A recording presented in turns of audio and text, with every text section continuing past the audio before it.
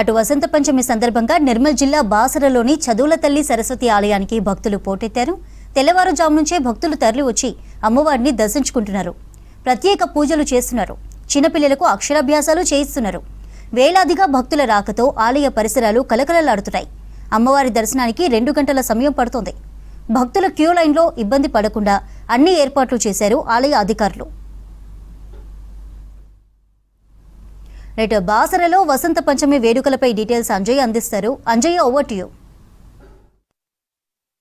చదువుల తల్లి సరస్వతి క్షేత్రంలో వసంత పంచమి వేడుకల సందర్భంగా భక్తులు భారీగా తరలి వస్తున్నారు.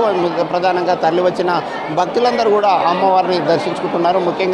ఎవరైతే ఉదయం తెల్లవారుజాము నుంచి భక్తులు తరలి వస్తున్నారో అదేవిధంగా ప్రత్యేకంగా అమ్మవారికి పూజలు నిర్వహిస్తున్నారు. మనం చూస్తున్నాం, ఎవరైతే వివిధ ప్రాంతాల నుంచి మహారాష్ట్ర, తెలంగాణ, అదేవిధంగా ఆంధ్రప్రదేశ్ రాష్ట్రాల నుంచి కూడా వేల సంఖ్యలో భక్తులు తరలివచ్చి ఇక్కడ అమ్మవారిని దర్శించుకుంటున్నారు. ప్రధానంగా అమ్మవారికి పూజలు నిర్వహిస్తున్నారు. ముఖ్యంగా ఏదైతే అమ్మవారిని దర్శించుకుంటే చాలు ఈ వసంత పంచమి వేడుకల సందర్భంగా ఎలాంటి కోరికలు ఉన్నప్పుడు కూడా ఆ కోరికలు నెరవేరుతాయని భక్తుల నమ్మకం. అందులో భాగంగానే మహిళలు కుంకుమ పూజలు నిర్వహిస్తున్నారు, అదేవిధంగా అభిషేకాలు నిర్వహిస్తున్నారు. అదేవిధంగా ముఖ్యంగా ఈ వసంత పంచమి వేడుకల సందర్భంగా ఏవైతే చిన్నపిల్లలకి అక్షర శ్రీకార పూజలు నిర్వహిస్తే వారందరూ కూడా విద్యావంతులు అవుతారు, ఉన్నత ఏదైతే ఉద్యోగాలు సాధిస్తారని ఏదైతే భక్తుల్లో నమ్మకం. అందులో భాగంగానే భక్తులందరూ కూడా భారీగా తరలి వస్తున్నారు. ముఖ్యంగా చిన్నపిల్లలు ఎవరైతే తల్లిదండ్రులందరూ కూడా తమ చిన్నపిల్లల్ని తీసుకొచ్చి పవిత్రమైన క్షేత్రం బాసర క్షేత్రంలో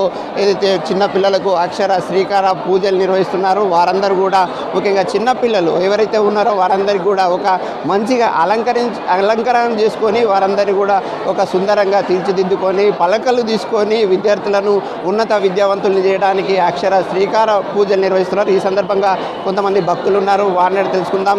ఈ వసంత పంచమి వేడుకల సందర్భంగా అమ్మవారిని దర్శించుకోవడం ఎట్లా అనిపిస్తుంది అన్న? చాలా ఆనందంగా ఉందండి. మేము హైదరాబాద్ నుంచి అమీన్పూర్ నుంచి వచ్చాం.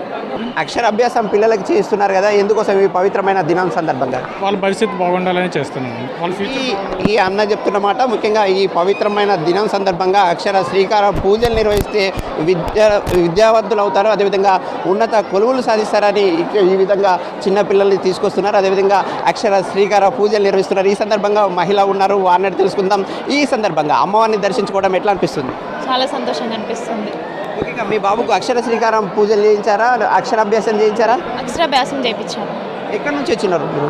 మేము హైదరాబాద్ నుంచి అండి, బట్ ప్రాపర్ కామారెడ్డి దగ్గర విలేజ్. ఎట్లా ఈ సందర్భంగా చూస్తుంటే ఎట్లా అనిపించింది, ఏ విధంగా అనిపించింది? హడావిడిగా ఉంది కొంచెం, కానీ ఈరోజు చేస్తే మంచిగా అనిపిస్తుంది అని వచ్చామండి.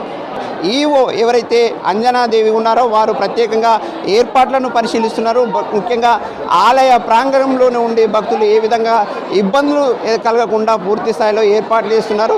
ఈవో మేడం కూడా ప్రత్యేకంగా మనతో మాట్లాడాలనుకున్నారు, వారిని అడిగి తెలుసుకుందాం. మేడం, ఏదైతే వసంత పంచమి వేడుకల సందర్భంగా ఎట్లాంటి ఏర్పాట్లు చేశారు?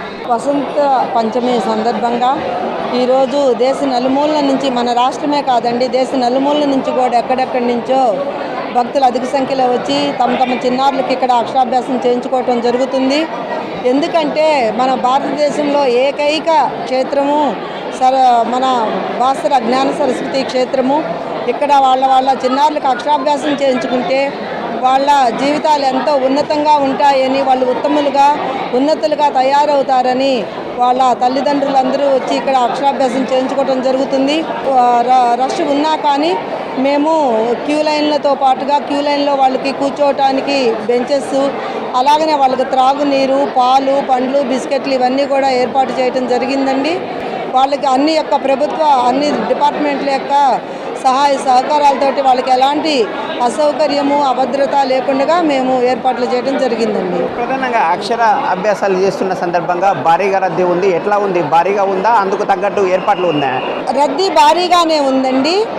ఏర్పాట్లు ఉన్నాయి, కాకపోతే ఎంత ఏర్పాట్లు ఉన్నా కానీ రద్దీ అధికంగా ఉన్నప్పుడు కొంత సమయము మనము క్యూ లైన్స్లో ఉండవలసి వస్తుంది.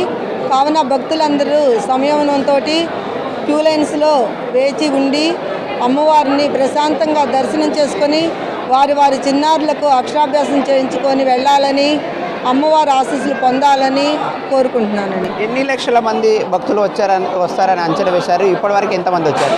మేము 1,00,000కు పైగా భక్తులు వస్తారని అంచనా వేసామండి. ఇప్పటి వరకు మనకి ఒక 15,000 పైగానే దర్శనం చేసుకుని ఉంటారని అనుకుంటున్నామండి. ఈ సందర్భంగా భక్తులు ఏ విధమైన ఇబ్బందులు కలగకుండా శాంతియుతంగా పవిత్రంగా అమ్మవారిని దర్శించుకునేలా అన్ని ఏర్పాట్లు చేశామని అధికారులు చెప్తున్నారు. కెమెరామెన్ విఠల్తో అంజయ్య, V6 న్యూస్, నిర్మల్ జిల్లా.